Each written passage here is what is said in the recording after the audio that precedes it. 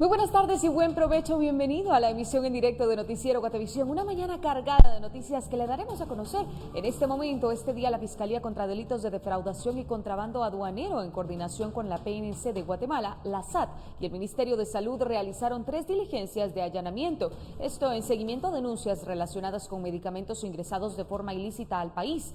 Las diligencias de registro, inspección y secuestro de evidencia se llevan a cabo en el municipio de San Pedro Zacatepeques, San Marcos.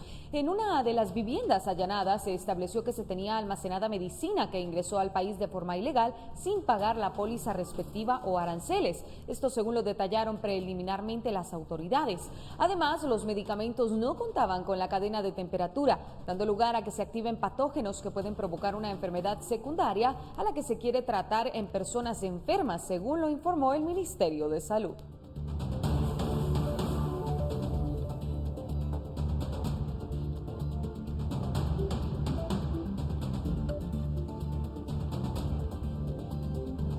Agentes de la Policía Nacional Civil, en conjunto con el sistema penitenciario, realizan 2 requisas que se llevan a cabo en los centros carcelarios de los departamentos de Quetzaltenango y Huehuetenango, donde se buscan armas de fuego u otros objetos ilícitos y hasta bebidas alcohólicas que atenten contra la vida y la salud de los privados de libertad, según informaron las autoridades. Hasta el momento, estas aún están en desarrollo.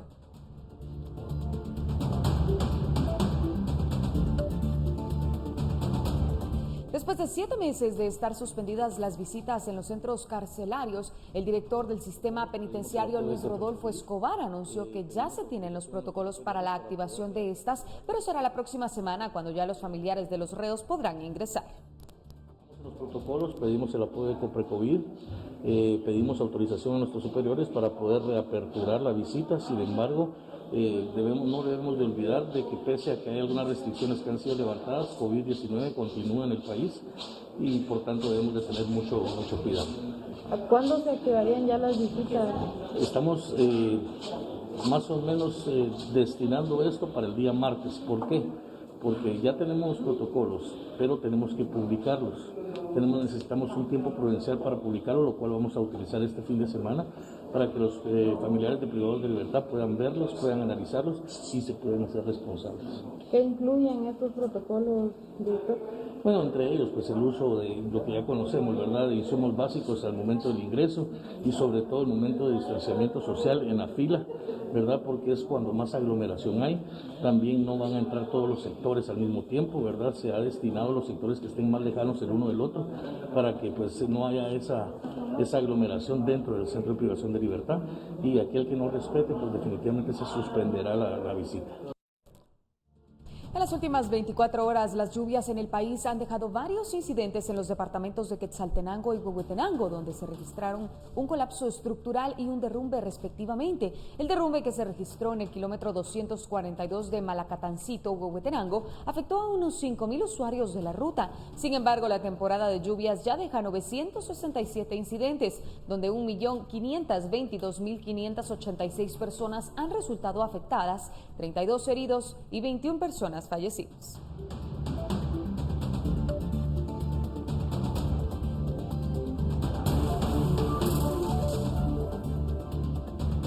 Este día, un grupo de docentes y personal administrativo de diferentes sedes de la USAC participan en una manifestación al frente de la CC, donde están pidiendo un amparo, en definitiva, que les garantice contar con el presupuesto del 5% para el 2021.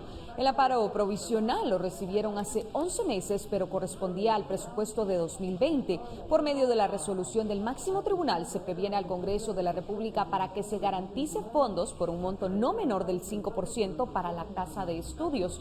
Esto ya que la Constitución Política de la República establece en su artículo 84 que a la USAC le corresponde una asignación privativa no menor de ese porcentaje del presupuesto general de ingresos ordinarios del Estado. La necesidad a que se privilegie y indique la Constitución específicamente en el artículo 84 Cambiamos de noticia. El Consejo de Quetzaltenango aprobó 2 proyectos para la empresa eléctrica municipal de Quetzaltenango con una inversión de 20 millones de quetzales. De acuerdo con la aprobación, los fondos serían tomados de la fuente de inversión del situado constitucional. Uno de los proyectos consiste en un inventario de toda la infraestructura de la empresa eléctrica municipal de Quetzaltenango, que tendría un presupuesto de 7.5 millones de quetzales, además de 12.5 millones para la compra de 694 transformadores que representarían el 50% de los que necesita la empresa para atender la demanda de la energía eléctrica en la ciudad. Esto corresponde a la fuente de inversión del situado constitucional, el que nosotros recibimos del gobierno central. Entonces se les va a transferir a ellos esa cantidad para que ellos puedan elaborar los proyectos de infraestructura. Pero solamente es ahorita presupuestariamente, todavía hay que revisar esos proyectos. Transformadores de capacidad muy baja que le generan algunos inconvenientes de voltaje a algunos sectores, balanceamos con 50-50 y se pone un nuevo transformador. Eso lo que le da a la gente es una estabilidad de voltaje, pero también lo necesitamos hacer para reducción de pérdidas de los que ya cumplieron su vida útil, que tienen mucho tiempo de uso. Estos 600 y pico de transformadores, que no son ni la mitad de los que tenemos instalados en toda la red y que ya cumplieron su vida útil, ¿no? Estamos hablando de 1.200, 1.500 transformadores.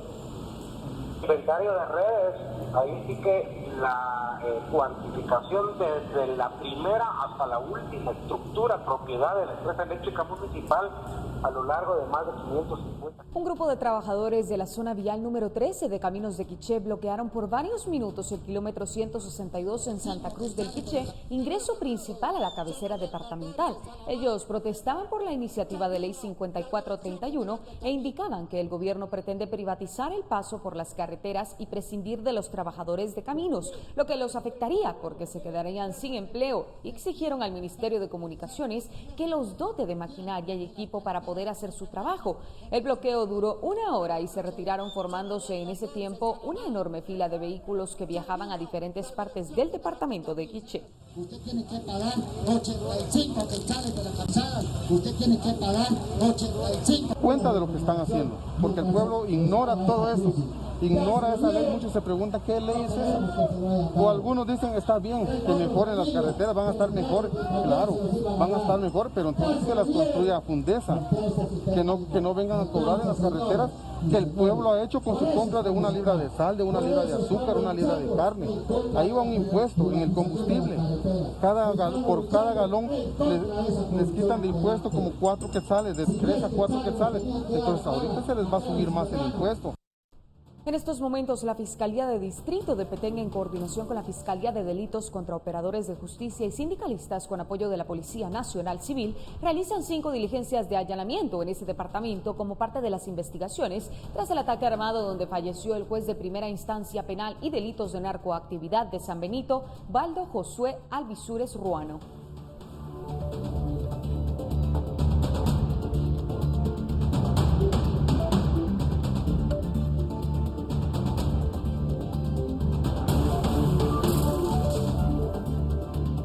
Conocemos ahora la actualización de casos de COVID-19 en el país. El Ministerio de Salud reportó este jueves otros 757 casos nuevos de coronavirus para un total acumulado de 103.172 desde el inicio de la pandemia el 13 de marzo de este año. En las últimas se confirma la muerte de 13 pacientes más, con lo que la cifra en todo el país es de 3.580 fallecidos. La cantidad de casos recuperados estimados, se los mostramos en pantalla, es de 92.665. Finalmente, los casos activos estimados son de 6.927 y se efectuaron 4.341 pruebas en las últimas horas para detectar posibles contagios de COVID-19. Recordemos que esta actualización corresponde al 21 de octubre de las 0 a las 23:59 horas.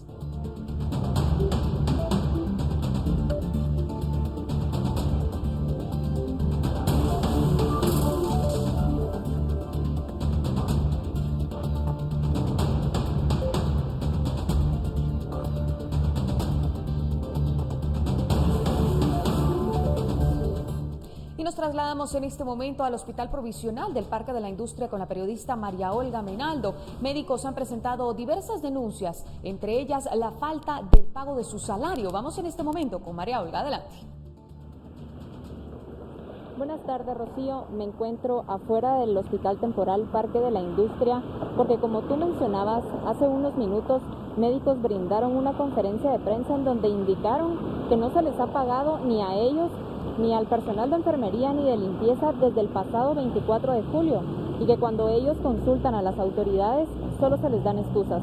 Pero es el doctor Rodolfo Fernández quien nos da más detalles. Lo que han dicho a nivel del Ministerio de Salud Pública es que ellos ya hicieron los trámites ante Finanzas Públicas, que ya el trámite se encuentra en tesorería y de tesorería que está en otro departamento. Digamos, esto siempre es un ping-pong de departamentos y de áreas del Ministerio de Salud Pública y Finanzas Públicas para justificar el no pago. La realidad es, nosotros revisamos el sistema, digamos, de pagos y no hay ninguna asignación hecha para el parque. Esto significa que es muy probable que si no se reúnen en los días próximos, no va a haber cuota asignada para cumplir con los pagos del cuatrimestre pasado y menos resolver la situación financiera del Hospital Parque de la Industria para los meses subsiguientes para terminar el año 2020. Los médicos también indicaron que a pesar de la falta de pago, las más de 640 personas que trabajan en este hospital están comprometidas con la población para seguir combatiendo el COVID-19. Recordemos, Rocío, que como tú ya mencionabas, en las últimas horas se confirmaron 757 casos de coronavirus en el país. Con esta información y con imágenes de María René Barrientos, yo regreso contigo al set. Gracias, María Olga, por esta información. Recordemos que esta es una problemática que ha estado presente durante los últimos meses, incluso desde que se instaló el Hospital Provisional del Parque de la Industria, donde los médicos y el personal que se mantiene en primera línea de riesgo ha denunciado esta falta de pago. Veremos qué es lo que sucede y cuál es la respuesta de las autoridades ante la petición de estos médicos. Muchas gracias por tu reporte. La segunda ola de COVID golpea duramente a Europa. Tan solo hoy, Italia registró 16.000 casos de contagios y las muertes registradas en las últimas 24 horas son alarmantes. Veamos. Italia registra más de 16.000 contagios y 136 fallecidos en las últimas 24 horas por coronavirus. Este nuevo aumento de los casos positivos supone la cifra más alta anotada durante toda la pandemia, un incremento nunca antes detectado y que mantiene la tendencia al alza. En esta segunda oleada se hacen más pruebas diagnósticas que al principio. Este jueves fueron más de 170.000, un día en el que aumentaron los casos con casi 1.000 más que en el día anterior. Aún así, los datos son preocupantes. En total, en Italia se han contagiado 465.726 personas desde el comienzo de la emergencia. Ahora son 169.302 personas las que permanecen enfermas con COVID-19 en el país. Aunque la mayoría permanece aislada en sus domicilios con pocos síntomas, sigue aumentando la presión en los hospitales. En concreto, más de 10.000 personas se encuentran ingresadas por el virus. Con estos datos, la línea del primer ministro italiano Giuseppe Conte es la de que el país está mejor preparado que en marzo y que se debe evitar a toda costa un confinamiento, aunque baraja opciones como los toques de queda. Mientras, varias regiones ya han comenzado medidas para prevenir los contagios. La isla de Cerdeña prepara un confinamiento total de 2 semanas y el Lazio, cuya capital es Roma, ha anunciado un toque de queda a partir de este viernes que se suma a los ya establecidos en lugares como Lombardía o Milán.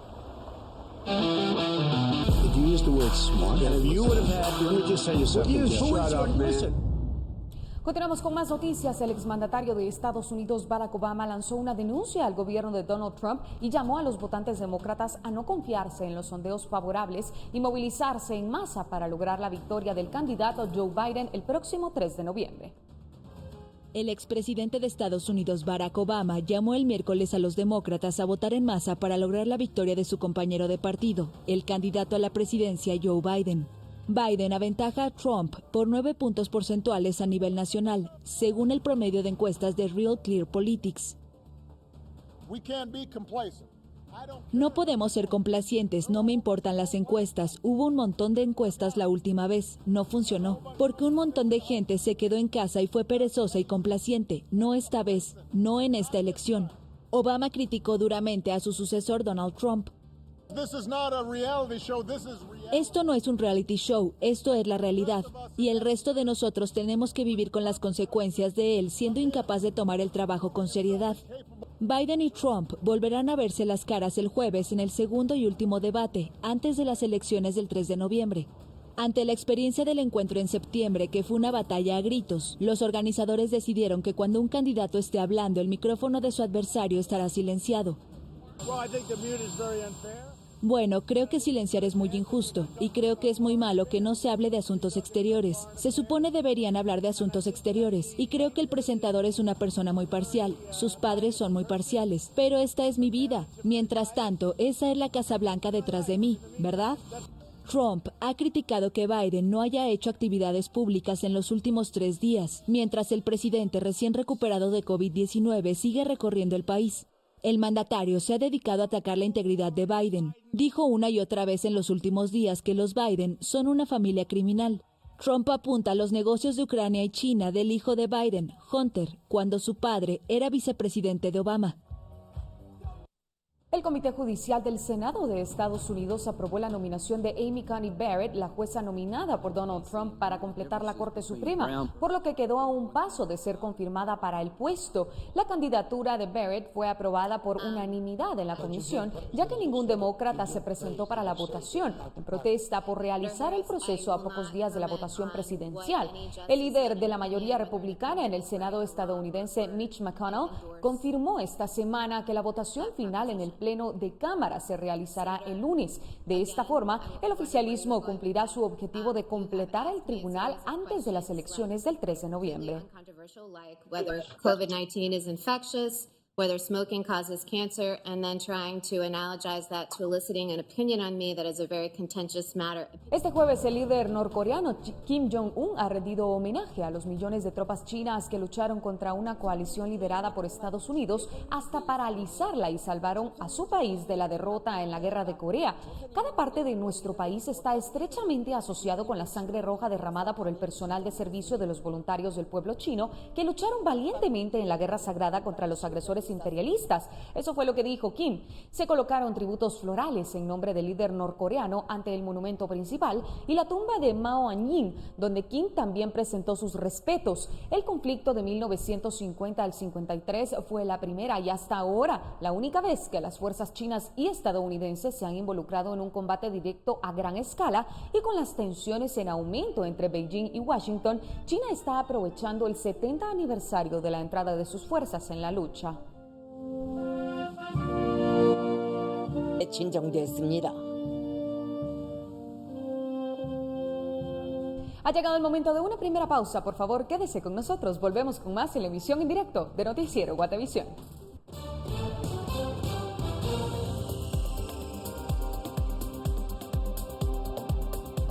Estamos de vuelta en la emisión en directo de Noticiero Guatevisión y vemos en este momento las cámaras de la Municipalidad de Guatemala ubicadas en el columpio de Vista Hermosa. Podemos ver bastante fluidez en el tráfico, tanto en los automóviles que van hacia Carretera El Salvador y Zona 16, como aquellos que van hacia Zona 1, 4, 9 y 10. Hace tan solo unas horas, el vocero vial de la Municipalidad, Amílcar Montejo, había reportado fallas mecánicas de un vehículo, lo que complicó el tráfico y la movilidad de los automóviles que provenían de la zona 10. Sin embargo, usted puede circular a partir de ahora libremente por esa área porque puede ver que está bastante fluido el tráfico a esta hora de la tarde.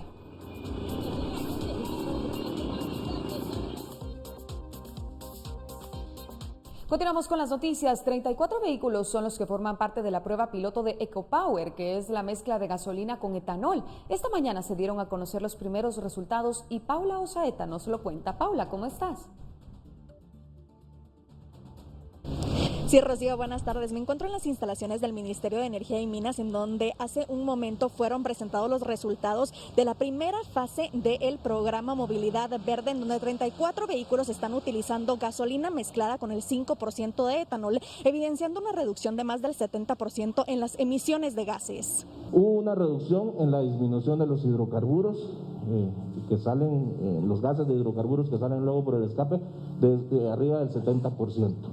En promedio.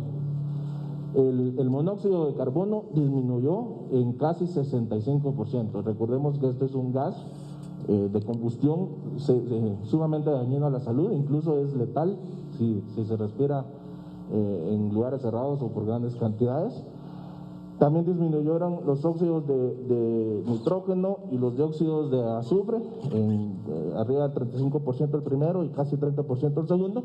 Y el CO2 o el dióxido de carbono, que es un gas con efecto invernadero, se redujo con esta mezcla en casi un 14%. Eso es midiendo el mismo vehículo, en promedio pues, los mismos 34 vehículos frente a los 34 vehículos antes de utilizar la mezcla. Podemos decir entonces que ya la mezcla con el 5% de etanol definitivamente ayuda a mejorar la calidad del aire en Guatemala. Si esto se generalizaría, pues ayudaríamos a mejorar la calidad del aire para todos los guatemaltecos. Esta prueba piloto inició el pasado 20 de agosto y de todos los vehículos que forman parte de esta prueba, el 50% son vehículos tipo sedán, el 35% son vehículos tipo camionetas, el 9% son pick-ups y el 6% son motocicletas. No estamos hablando de vehículos nuevos, en realidad los participantes, la mayor parte de los vehículos participantes tienen más de 100,000 kilómetros recorridos, porque sí había una duda al inicio de la prueba si el parque vehicular guatemalteco, que tiene mucho vehículo ya de algunos años o con algún recorrido, pues iba a aguantar la mezcla.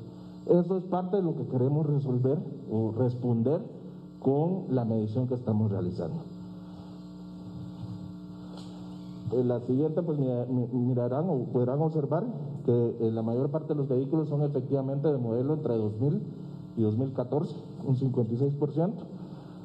35% de los vehículos son de 2015 al año actual, pero muy importante ver que tienen un consumo promedio por vehículo de 350 kilómetros semanales más o menos. Quiere decir que los resultados que estamos presentando hoy son resultados en los cuales cada uno de esos vehículos en promedio durante las 5 semanas recorrió 1,750 kilómetros. Esta prueba piloto continúa y en noviembre estará finalizando la segunda etapa, donde los 34 vehículos están utilizando combustible con mezcla del 10% de etanol. Luego pues ya se estarán haciendo las revisiones correspondientes para medir las emisiones de los gases. Según el ministro de Energía y Minas, se estaría necesitando una ley para poder utilizar de forma obligatoria este tipo de combustible en el país. Esta es la información que yo tengo hasta el momento, Rocío. Regreso con ustedes al estudio para Noticiero Guatevisión, Paula Osaeta y Byron García. Paula, muchísimas gracias. Sin duda, una propuesta bastante interesante a la que estaremos dándole seguimiento. Ha llegado el momento de conocer el pronóstico del clima con Pamela Valdés. Pamela, ¿cómo estás? Adelante. Rocío, ¿qué tal estás? Qué gusto saludarte. Es momento de compartir las condiciones del clima para las próximas horas en los diferentes departamentos de nuestro país. Hubo una disminución en la intensidad de lluvias en el territorio nacional, pero para este fin de semana se tiene el pronóstico que estas lluvias se intensifiquen para que usted lo pueda tomar en consideración. Entramos directamente con información y para esta tarde tenemos grandes probabilidades de actividad eléctrica en todo el territorio nacional y tendremos principalmente lluvias en el departamento de Petén para que lo pueda tomar en consideración. Y las condiciones en los próximos días, específicamente en la ciudad capital, esperamos actividad eléctrica para el viernes, el sábado, el inicio del fin de semana y para el domingo totalmente nublado la mayor parte del periodo y las temperaturas máximas estarán registrando de 25 grados centígrados para los 3 días. Y por último le vamos a conocer la salida del sol. Y lo esperamos mañana a las 5:55 de la mañana y se ocultará a las 5:39 de la tarde. Esto es todo respecto al clima. Regreso contigo, Rocío.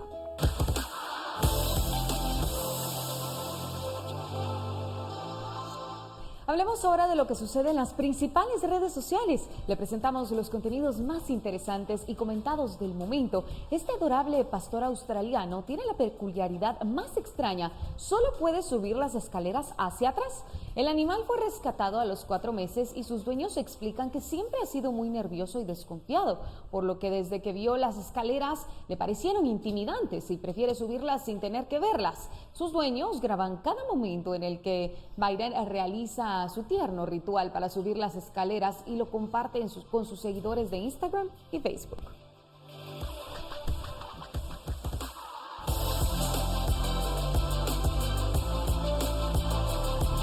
Como ya se ha visto en otras ocasiones, hay personas que se niegan a utilizar mascarilla en lugares públicos, así como este hombre que asegura no necesitar utilizarla y grita exclamando que la COVID-19 es una bacteria, no es un virus. El hecho ocurrió en una tienda en Washington y los empleados del lugar trataron de convencer al hombre que utilizara un cubrebocas para proteger a las demás personas. El hombre no ocultó su enojo y comenzó a ponerse agresivo, por lo que los trabajadores decidieron arrojarle los productos que había comprado. Muchos comentarios afirman que tanto el hombre como los empleados no actuaron de la mejor manera, pero que es necesario exigir que las personas utilicen mascarilla para que todos se protejan.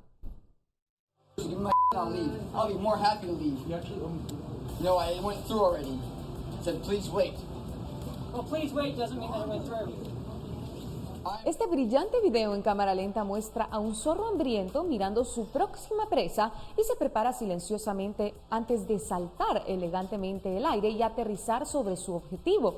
El video fue capturado a orillas de un río en el este de Londres por el fotógrafo de vida silvestre. Nosotros, por supuesto, le estaremos contando los detalles acerca de este zorro que realmente parece maravillosa la historia y ha dado muchísimo de qué hablar a las redes sociales. El usuario comentó que le llevó mucho tiempo tomar estas imágenes, pero que sin duda valieron la pena.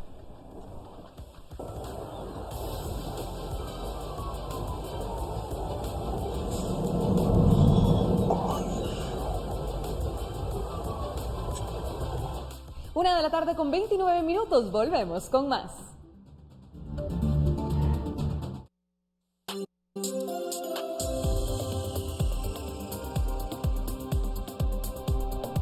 Vemos una vez más las cámaras de tránsito de la Municipalidad de Guatemala, esta vez en la calle Martí 15, avenida Zona 6. También bastante fluido el tráfico, no vemos una carga significativa. El vocero vial de la Municipalidad, Amílcar Montejo, reportó precaución por un tráiler averiado yendo del periférico a calle Martí, en la sexta calle y quinta avenida, así que mantenga usted sus precauciones.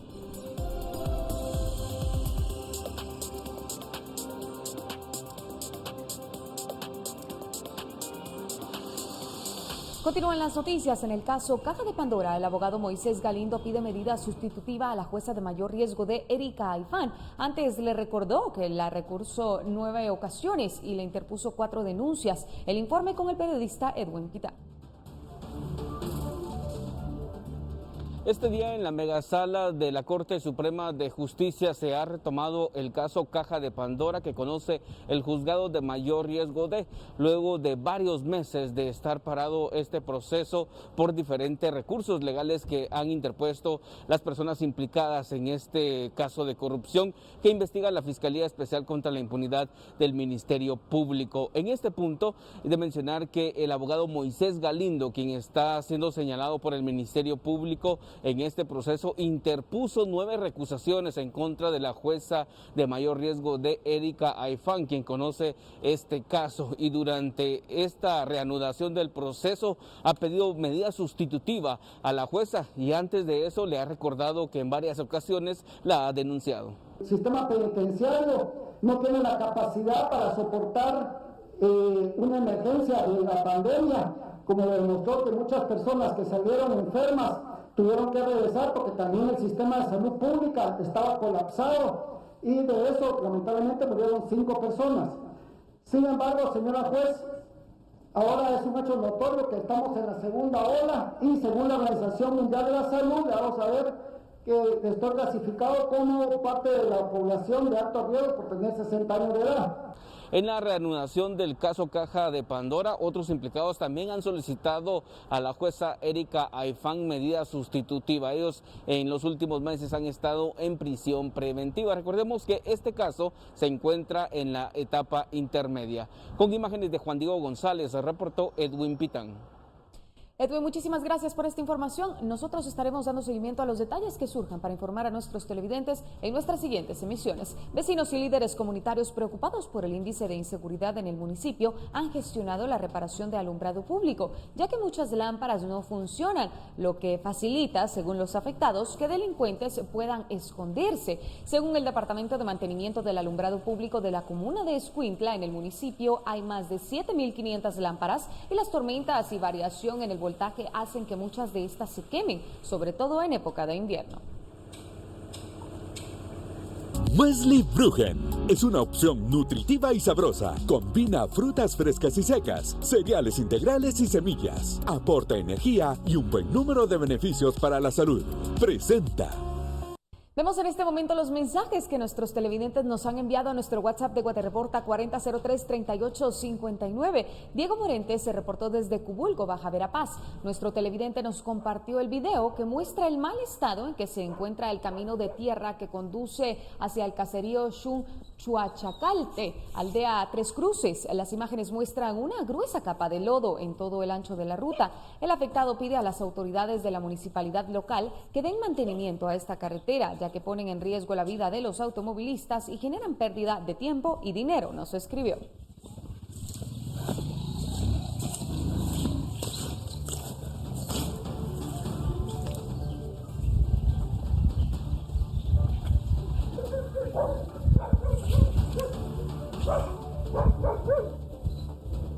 Damos paso al reporte de César, quien nos compartió fotografías de la contaminación que generan las aguas servidas en el barrio El Calvario, Las Flores de Chinique, Quiché. La denuncia da cuenta que desde hace 4 años comenzó la contaminación causada por una tubería rota. Hemos solicitado la intervención de la municipalidad, pero no se ha involucrado para resolver este problema y tenemos miedo por nuestra salud, ya que puede causar algún brote de enfermedades gastrointestinales, nos reportó.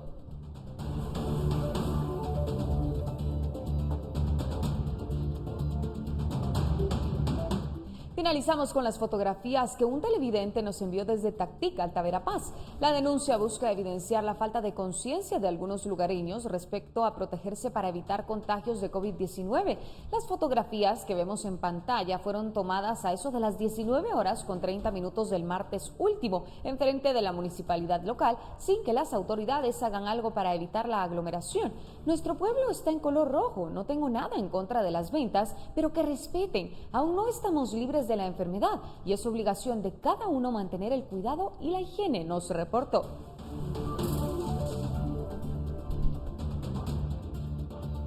Muesli Brugen, una excelente opción si padeces de estreñimiento. Encuéntralo en La Torre, Walmart y Pais. Presentó. Vemos en la siguiente nota de salud 5 cosas a considerar antes de participar en reuniones grupales. Pamela, adelante. Gracias, Rocío. Durante los últimos meses, la pandemia de COVID-19 ha afectado casi todos los aspectos de la vida de las personas. Muchos sienten un alto nivel de aislamiento social. Las personas prosperan con las conexiones entre sí y COVID-19 ha requerido distanciamiento físico de forma que dificulta la conexión social. Si bien es comprensible que las personas estén tratando de encontrar formas de socializar juntas de manera segura en el mismo espacio físico, los expertos indican que notaron varios casos de transmisión de COVID-19 entre personas que asistieron a reuniones al aire libre, en las que intentaron mantener la distancia social e incluso en el lugar de trabajo puede ser difícil observar el distanciamiento social de manera constante. Por su seguridad y la de los demás, considere lo siguiente al tomar decisiones sobre cómo conectarse con los demás y cómo ayudarse mutuamente a encontrar formas de fomentar esas conexiones de manera segura. 1. Las personas son más contagiosas por COVID-19 justo antes de la aparición de los síntomas. Por lo tanto, las personas que se ven y actúan completamente saludables podrían ser contagiosas de COVID-19. 2. Siempre que se sirve comida y bebida, no se puede enmascarar a las personas y esto aumenta el riesgo de transmisión. 3. Cuando las personas necesitan hablar en voz alta debido a la distancia física o al ruido del fondo, las gotas viajan más lejos de lo habitual. 4. El alcohol relaja las inhibiciones y contribuye a hablar más alto y lapsos en el distanciamiento social. 5. La transmisión se produce tanto en exteriores como en interiores, aseguran los expertos. Cortesía de la red informativa de Mayo Clinic, regreso contigo, Rocío. Quédese con nosotros al volver, información que se genera desde el Congreso de la República y mucho más.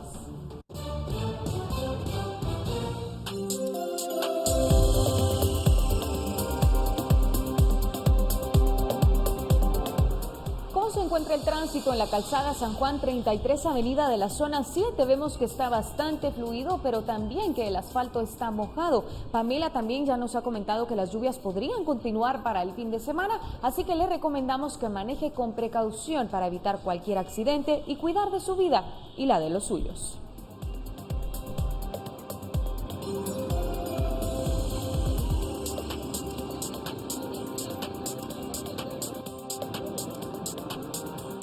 Tenemos más información. La elección de la Junta Directiva del Congreso dejó, además de Alan Rodríguez en la silla de presidente, muchas sorpresas. Por un lado, el voto al oficialismo del partido Creo. Por otro, la cada vez más grande ruptura en la Unidad Nacional de la Esperanza. Felipe Garrán, desde la sede del Legislativo, nos desgrana esta inesperada situación. Felipe, adelante. ¿Qué tal, Rocío? Muy buenas tardes. Y es que, como bien lo decías, ayer aquí fue una jornada de sorpresas aquí en el Congreso de la República. No tanto por la planilla que resultó ganadora para la Junta Directiva 2021-2022, sino por la gente que votó a dicha planilla. 107 votos, es decir, el 66,8% de los diputados dieron su visto favorable a una planilla encabezada por Alan Rodríguez, quien hasta ahora ha fungido como presidente del organismo legislativo. De entre esos, lo que más sorprende es que la Unidad Nacional de la Esperanza, la bancada más grande de este Congreso, le haya dado 30 votos. Son 9 más de lo que se esperaba y se entiende que estos son 30 votos favorables al bloque de la UNE, que está ligado a Sandra Torres y no a Carlos Barreda. Vamos a escuchar a Estuardo Vargas, que no es solamente uno de esos diputados que votó en favor de Alan Rodríguez, sino que de hecho él, como miembro de la UNE, fue quien propuso la planilla ganadora. Vamos a escucharlo. Los resultados están en las votaciones, definitivamente vinieron a votar 9 diputados de ellos. Si hay ruptura dentro del grupo que tienen ellos, no sabría decirle. Las matemáticas están ahí, son 9 diputados más los que obtuvo este bloque de la UNE. Sin embargo, desde el bloque principal, digamos, el que corresponde al secretario general del partido, Óscar Argueta, no lo entienden como una ruptura de momento. Carlos Barreda, el jefe de bloque, nos lo decía de esta manera. Alrededor de 8 diputados que no siguieron la línea y la decisión de la jefatura de bancada. Su intención no es irse del bloque ni irse con Sandra Torres, pero que tienen inconformidades en la decisión que tomó la jefatura.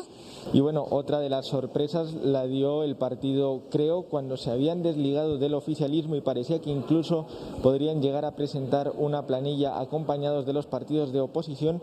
Todos los diputados que estuvieron presentes, y digo que estuvieron presentes porque al menos 2 de ellos, entre ellos Rodolfo Neutze, el jefe de bancada, ellos se ausentaron. Los que sí estuvieron presentes votaron en favor de esta planilla, y esta es la explicación que nos dio el propio diputado Neutze. Es un tema que 160 electores tienen que tomar una decisión. Solo hubo una alternativa y entonces pues algunos miembros de mi bancada votaron por la única alternativa que hubo.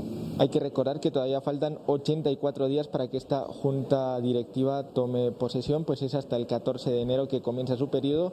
Sin embargo, se realizó en una votación express y a la carta. El martes, aunque era feriado, se reunieron los jefes de bloque para definir la agenda. El miércoles quedó instaurado en primer lugar la elección y ayer mismo, con 107 votos favorables, resultó la planilla ganadora. Esta es la información que tenemos hasta el momento, con imágenes de Carlos Hernández. Yo vuelvo contigo al set principal, Rocío. Felipe, muchísimas gracias por esta importante información y por contarnos un poco más del ambiente que se vive en el Congreso de la República. Nos vamos ahora a Huehuetenango. Los basureros clandestinos abundan en este lugar. Restaurantes o cafeterías, ferreterías y algunos huehuetecos utilizan las carreteras, puentes o barrancos como botaderos de sus desechos, lo que impacta negativamente en el ambiente. Personeros del Ministerio de Ambiente afirman que los vertederos provocan plagas que enferman a los vecinos. Por ello deben trabajar en conjunto para eliminarlos. La Municipalidad de Colotenango realiza jornadas de limpieza en la ruta a la frontera. El periodista Mike Castillo nos brinda los detalles. Adelante con tu reporte. Rocío, buenas tardes televidentes. En Huehuetenango, autoridades del Ministerio de Ambiente han pedido a los alcaldes unirse a una campaña para eliminar los basureros clandestinos, como se hace con personal de Colotenango, quienes trabajan en el kilómetro 297 de la ruta interamericana, pues en el trayecto de la cabecera departamental hasta la Mesilla en la Democracia se contabilizan más de 60 basureros clandestinos, los cuales deben ser eliminados, pues esto impacta en el ambiente. Vemos que hay personas pues, de que no quieren contribuir un poco con el medio ambiente. Sabemos que las municipalidades tienen un servicio de tren de aseo municipal, pero de una u otra manera pues hay personas renuentes que no hacen uso de este servicio. Sin embargo, pues buscan carreteras donde no hayan viviendas cercas y ahí mismo van pasando dejando los desechos. Apoyar para que no haya contaminación del aire.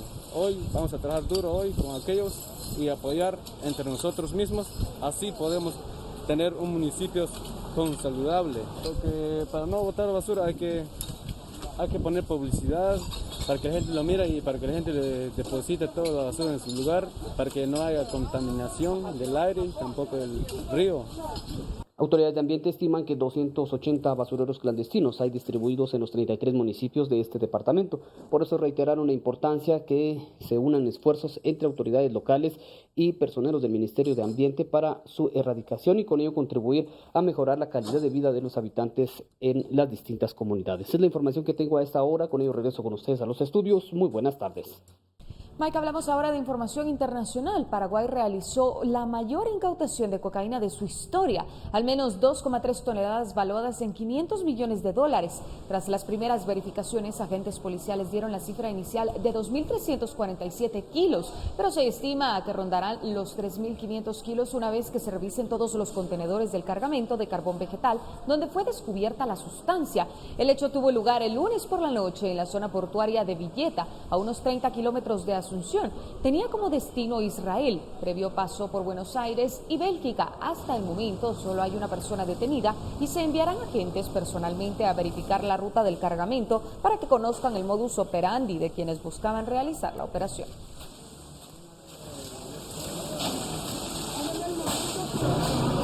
Este miércoles casi 2.000 reclusos se escaparon después de que manifestantes atacaran 2 prisiones nigerianas, informaron las autoridades, que anunciaron un toque de queda de 24 horas en la megalópolis de Lagos para tratar de calmar el malestar tras 2 semanas de protestas contra la brutalidad policial. Este jueves se escucharon varios disparos y una espesa humareda negra aún emana al techo de la prisión central de Lagos. Según Amnistía Internacional, al menos 56 personas han fallecido en todo el país desde que comenzaron las manifestaciones, con unas 38 asesinadas en el país tan solo el martes.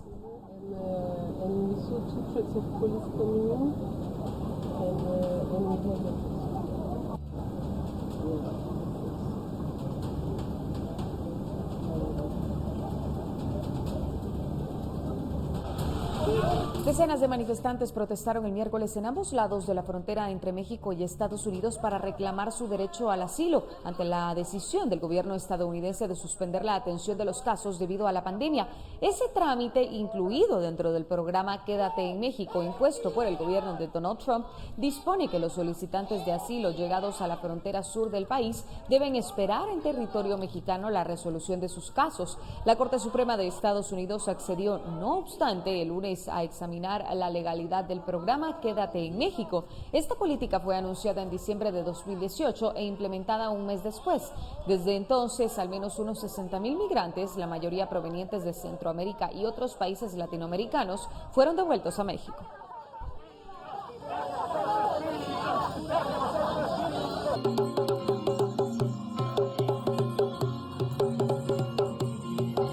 México, para promulgar y validar lo que el gobierno de Estados Unidos... No son 30 pesos, son 30 años. La frase de los protagonistas de las protestas en Chile resume el descontento que hace un año detonó el mayor estallido social desde el retorno a la democracia en 1990 e inició un proceso de esperanza para algunos, pero que para otros puso al país al borde del precipicio. El alza de la tarifa del metro de Santiago, que desencadenó la mayor convulsión social que Chile ha visto en años.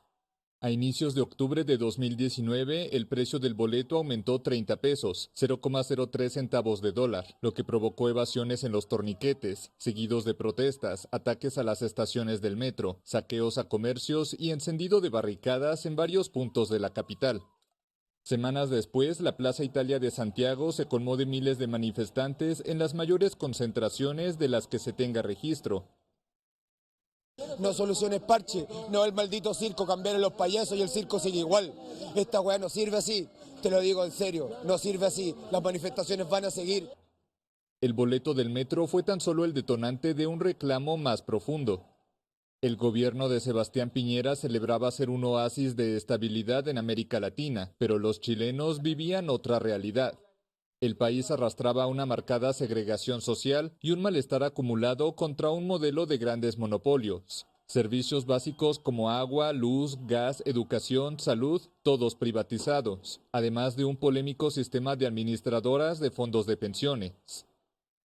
Pero eso no significa desconocer que también durante esas décadas fuimos incubando o acumulando muchas falencias que han provocado un gran dolor en el alma de nuestra nación y que sin duda necesitan el compromiso y el aporte de todos los chilenos para ser atendidas con urgencia.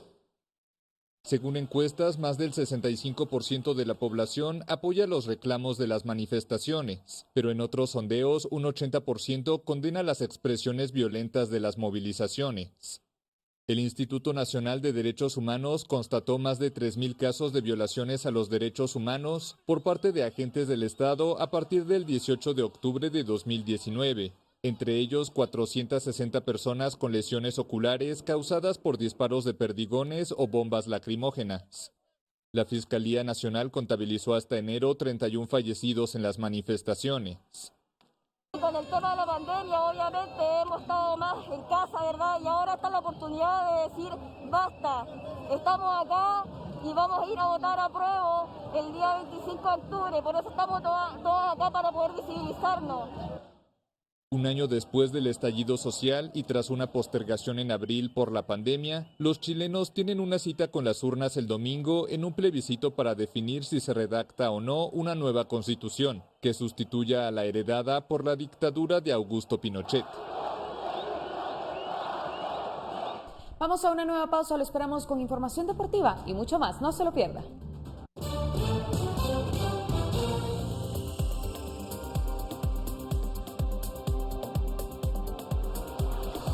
Estamos de vuelta y vemos en este momento las cámaras de la Municipalidad de Guatemala ubicadas en el Boulevard Los Próceres, 18 Avenida de la Zona 10. Fluido el tráfico tanto en dirección hacia el Obelisco como Carretera El Salvador. Vemos también bastante libre la entrada y salida de la Diagonal 6, así que puede usted circular libremente por esta área.